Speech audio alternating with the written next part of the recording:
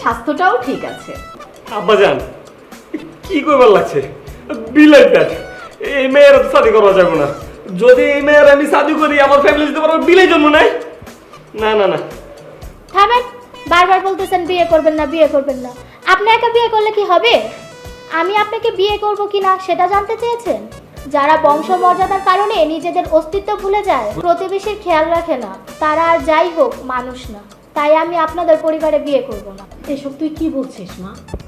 আমি ওদের পরিবারের সব খবর নিয়েছি।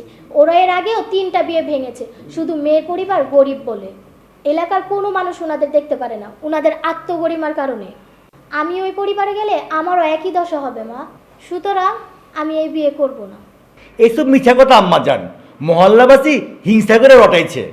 তোমার খাওয়ানোর বহর দেখে তোমার বহুত পছন্দ হয়েছে। তুমি আমার ফ্যামিলির লিগে পারফেক্ট। না, আমি পারফেক্ট না, আমি আপনাদের মতো খাদক না।